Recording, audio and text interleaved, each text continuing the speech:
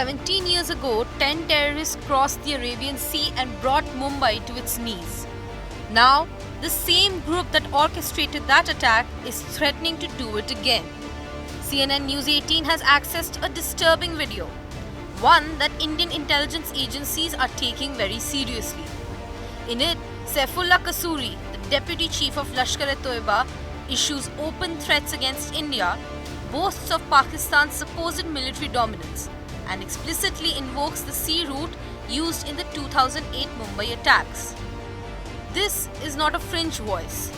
This is a senior leader of one of the world's most dangerous terror organizations, and he is speaking with chilling confidence. Qasuri claims Pakistan dominated the air in 2025, a reference to last year's tensions, and now vows to dominate the sea in 2026.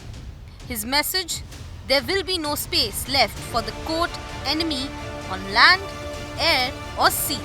He frames this as divinely ordained, inevitable, unstoppable. Top intelligence sources say these aren't empty words. They are being treated as an advance warning, a deliberate echo of the Arabian Sea route that LET used to launch the 26/11 attacks in November 2008, killing over 160 people across Mumbai. So who is this man making these threats?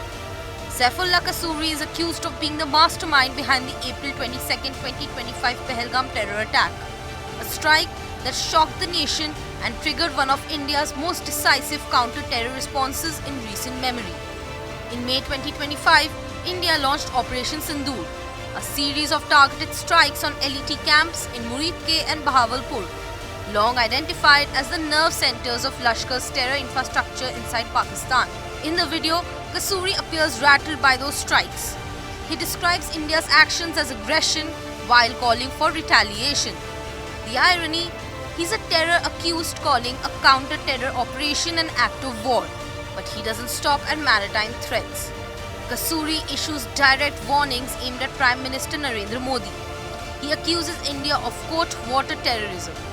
He threatens that any pressure on Kashmir will be answered with unrest in Balochistan and beyond.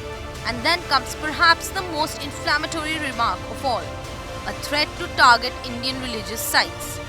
Security agencies believe this is a thinly veiled reference to temples, including in Ayodhya.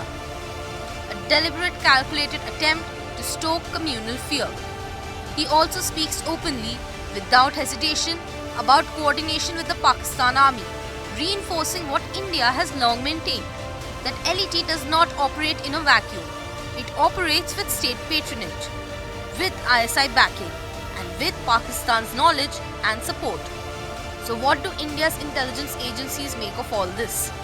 Top sources tell CNN News 18 that the video reflects desperation, a morale boost for cadres shaken by Operation Sindoor and India's sustained counter-terror pressure.